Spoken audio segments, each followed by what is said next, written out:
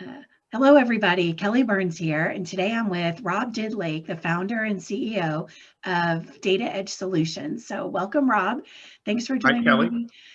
We just wanted to get together to talk about your company's culture. We've had a few meetings that were so intriguing to me when you described your culture or your brand. And I used different categories of industries. And one I said was hotel. And you said, well, we're not like any of those hotels. We're a bed and breakfast. And that just prompted a whole discussion and curiosity about your culture. So tell everybody a little bit about Dataedge and describe your culture for us. Sure, Kelly. Hey, thanks for this. This is a lot of fun. So Dataedge, we're a 20 plus year IT company. When you think about IT, there's a bunch of nerds and, and people that are just, break fix, my computer's broken. And we're not really like that. We're more proactive, more of a design level, look at the the more high level of how users interface data. If I describe culture at Dataedge, I kind of think of it as more like serving, listening, just as problem solving. When somebody has issues with technology, they want somebody to fix it, right? They want to make it better, and that's the end user result. Is like, I just want it to work. If you just like the simple, like an iPhone, which Yeah. mine's over there, but when you open it, you just want to, I want to dial Kelly, or Yeah. I want to say Siri, dial Kelly Burns, whatever. But you just want it to work. When it doesn't work, you get really frustrated, right? And so a lot of our culture is around helping people. It's around figuring out problems, problem solving, and delivering solutions that will make it easier for them to like, hey, technology is not so bad. And you become very dependent on it. Yeah. So we're a small company, Kelly. Everybody, family is very important to us. Number one, family, relationships. We've got to listen to our clients. We love challenges. So technology that really frustrates people. Those are the things that we really get excited about as a culture. Hey, we can maybe fix this for them, Yeah. and we can make them like rock stars. Make them look good. So anyway, that's kind of the approach that we do in our culture, and everybody thinks that way. That's something that you've talked about before as well in our conversations about a lot of companies can come up with a solution, but to come up with the best solution in the with the least amount of pain for the client. And then you've talked a lot about relationships inside your company, family oriented, and then also with your clients. So tell me a little bit more about your philosophy related to that. I think any time when you try to, you know, engage with a person, you really need to listen, not just. I see often, especially competitors, they're more about a product pitch Mhm. rather than really listening. What are you really trying to accomplish? And it's not just looking at that one person you're talking to. You have to also kind of interview end users, other people who Mhm. interface the application, look at the culture. Are they more of a command line person, or are they more of a drag and drop type person? And so all that comes into the way you design a solution. So I always called it, there's not a cookie cutter solution here, you guys. I mean, if you want that, go buy it online and install it yourself. Most of our clients really like that. Like, you get it. You understand what I'm trying to do. Let me continue to do the operations day-to-day stuff.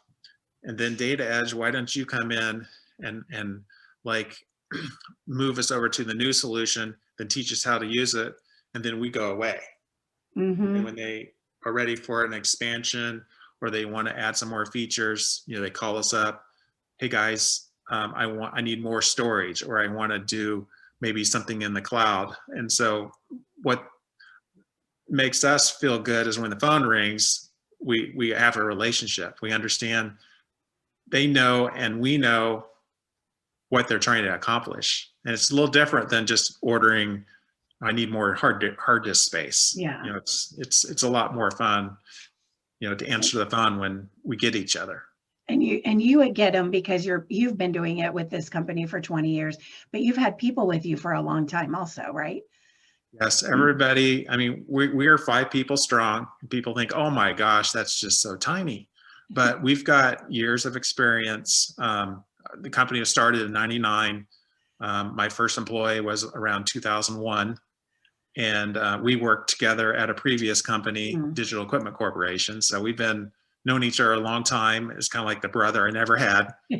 And but anyway, so we're very. He also has that service. I call it service DNA. He Mm-hmm. understands, like, we don't just like throw products out there and sell and get a purchase order. We need to make sure that product fits the way they do their work. Yeah. So and then other clients, one of our employees was a client of ours for about 5 years, and then now he's working for Dataedge, and he's been with us 14 years.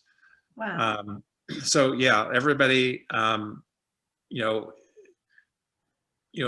their little things that they add value to, like a solution that we Yeah. design. And we're not all the same, but we all have the main goal is, what is the customer trying to accomplish? It's not sell a product. It's like, well, how's this product or this solution going to fit into the existing environment? Is it going to work well, or is it going to cause problems where we're going to have to babysit it, and it's just, a bad experience for everybody. So. And is it common in, it seems like it would be your team has been together for a long time, but your clients' teams might not have been. So you might know more history about some of the products or things that they've gone through as a company. So you're the continuity or the consistency and knows the story of the company beyond what some of your direct point of contacts might know. That happens often. We've got some clients today that were the very first clients that we had. Wow. And it's interesting because over the years we've, as technology improves, we started here and we're here and here and here. We've done like 5, 6 solutions over the years, but then there's other clients that we help them for a while. Then there's a change of leadership, and often in technology or any business, the relationship, it just kind of disappears. Like, well, I don't know anybody in there. They replaced everybody, or they got merged with another company. So you have to start all over. And what you're really starting over isn't on the technology. It's the relationship. They don't know who we are. Right. Like, well, whatever they were doing before was wrong, obviously, because we're the new guys. We're better. Yeah. And so that's the biggest challenge in business, I think, is maintain that relationship and, do what you say you're going to do. And it's just when a merger happens or when people leave, the new person comes in and says, oh, I got to do it my way. So that's the biggest challenge, I think. If you think about challenges of running a business, that's probably the number one. And then how did you do that and maintain your culture of that, the culture of service, and the relationship culture is the term you've used? How did you do that through the pandemic? So during the pandemic, a lot of people were, basically just keep the lights on. They didn't want to, do anything, major upgrades or change processes, because a lot of people are obviously working from home. So our strategy has been, let's keep in touch with our contacts, continue to, make, new ones, but not so much ask about, hey, what are you doing for projects, but how are you doing? Yeah. How are you coping with, the pandemic? Are your kids working, doing homeschool or hybrid or whatever? Just ask some questions, continue to build that relationship is key. And that's really proven out over the last 6 months. Both Ginny and I do business development, and you can kind of see it starting to happen. Wow, you are like the only company that kind of kept through the pandemic. And a lot of the people that we do business with, they never reached out one time. Yeah. So it was really important, maintain those relationships, get some new relationship if you can, because our competitors aren't maintaining those relationships. They're just like wanting a purchase order. Yeah. What a So difference. And that to me is shows your integrity to the culture, your integrity. You say you're about relationships, so you either are or you're not. And you were even during the tough time. You know, that's integrity to that intention. So you had told me that you didn't, when you founded the company back 20 years ago, culture wasn't trendy. And so it wasn't written about as much, but you said that it wasn't part of what you were thinking about. You just wanted to be true to who you are and your style, and you're all about relationships. yep, And so it's so interesting to see how you started the company then and were like that and built it that way. And then even through the pandemic, we're still like that. yep. So how do you incorporate that with new people that join your team? New people, that it's like, you just have to kind of like figure out, is that the way they want to build a business? You kind of almost have to change the way they think, because a lot of times you, like if you're a salesperson, I got to make a quota, quota, quota, quota, Right, quota. right. And that's important. Obviously it is important, but what's more important is make sure once you get a client, you need to maintain the client. Mhm. You have to make sure that they're continue to value the service. And we're really finding out that there's a lot of clients that, we can just walk away from that one because they don't value Mm. the value we're adding. All they want to do is just buy a product, put it in place. And what I'm seeing is they're buying a product and they're buying another product, they're buying another product. They're not really looking at that big Right. holistic picture. And it's a little frustrating to me because they aren't willing to be helped. Yeah. you know it's kind of like if you're going, you really want to get in good physical shape, you should probably hire a trainer, Right. not just kind of go to the gym and do 5 minutes on the treadmill and go over Yeah. here and lift a couple weights. I mean, you're just kind Or of going I through was in motion. shape 20 years ago. I can do the same things I did back then. Yep, Like there's modern things, there's newer ways. And there's better ways to do it. Yeah, you got yeah. to have some structure. Hmm. And what's the end goal? What are you trying to accomplish? Yeah. It's not that bright shiny tool, hey, that'd be cool to have. Yeah. And those get purchased often, but often they're not implemented properly. Yeah. And then they fail. I see that sometimes in the work I do as well. And they hire a consultant, and consultancy has a bad name sometimes anyway, but they things that leadership development, culture work, it ends up becoming a flavor of the month because it's not implemented. It's not the right thing, and then it's not implemented the right way. That's So I right. have a similar challenge even in a different field. So yeah, I can relate to that. Yep. And you showed me that wall behind you before we recorded today, and talked about that you built that wall and in your home, and we talked about the puzzle of it. And I see such a connection between that or similarity between that and the type of work you do. So someone could say, I just want a brick wall. Well, it's not the same thing as stone and fits so precisely. And the solution that you came up with, I think the similar thing, someone could say, oh, I need storage. Okay, well, why do you need storage? What are you doing? And maybe they need something else in addition to that. And just the whole way that you think and that you live is genuine to what you're doing in your business too. Yeah, it's all, I mean, you have to think about where you want to go and how you're going to get there. And, this wall behind me here, imagine all those stones just laying out here on the basement floor in Yeah, their amazing. piles. And how do you start that process? And just a little bit to share a little bit of that story. This probably took up about a 20 by 30 foot of space, all those stones. And so Wow. the process is like, okay, maybe I should kind of sort these out a little bit.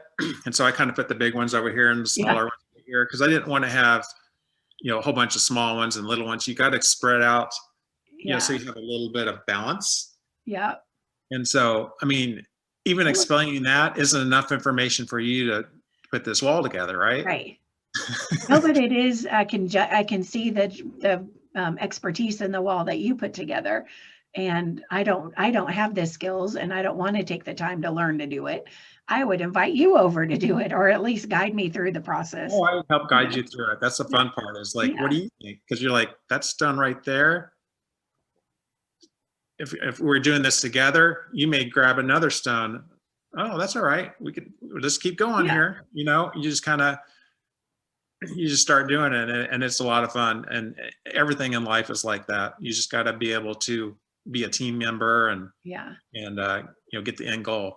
And that's the way you think about the projects that you work on with your clients and just solving the Absolutely. bigger picture, you know, so yeah, it's There's been, more than one way to get something done. yeah, yeah. And I just loved when you talked about that we're a bed and breakfast, and that no one has ever answered that way before when I've asked that question about their branding and their company. And then to hear these different stories that you've shared over a couple of months knowing each other, and the integrity to that is just loud and clear. And I think that our people that watch this are going to be people that are interested in culture, and along with people that know you and are interested in your company as well. But I think that integrity is such an important thing, and even during the hard times. So thank you for sharing that, and You're how you welcome. do it on a regular basis, and how you did it in the tough times. And I'm so happy to know you and get to have this time with you. So It's been thank you. fun, Kelly. Thank There's you a very much. question you should ask when you ask that question, what type of hotel? Yeah. If they, I kind of thought about that, and I was like, we're a small company, but you know, ask that question if you ever get, you know, if you say a hotel, you ask the question, have you ever stayed in a bed and breakfast? And most people say, well, no, I never would. I would never go to a bed and breakfast. And I kind of asked that question back to you mainly because you can have a good experience Hmm. at a hotel or a bad experience, and also at a bed and breakfast you can have a Sure. bad experience, right? Yeah. So I think, like mom and pop, you know, I'm small business, so I Yeah. like to try to support the more of the mom and pop instead of the big enterprise. You know, someday the whole world's going to be run by Amazon probably, Yeah. and Google. Yeah. So what's life after Google, and what's life after Amazon? You know, Hmm. it's going to start with the small guys, you know, Right. doing things, and it's all about relationships, you know, and personalization, knowing your name. Hi, Kelly, how are Yeah, you doing? Did you have a good exactly. day? Yeah. Yep. Well, and that's the picture I had of the bed and breakfast, was that the people care about you. Yeah, and I've traveled a lot, and Yep. you just don't have that. Even the good hotels that try their best, and there certainly are some that are so friendly, but it's not the same as the actual people care about you. Yep. And then that the most important thing to me about it was that you're so consistent every time we've talked about it. You say the same things about the relationships with people, internal and external, with your clients. So it's really struck me, and I'm inspired by it. Well, thanks, Kelly. Yeah. Thank you. Thanks for sharing time with us. Very good. We'll talk to you again soon. Okay. Thank you.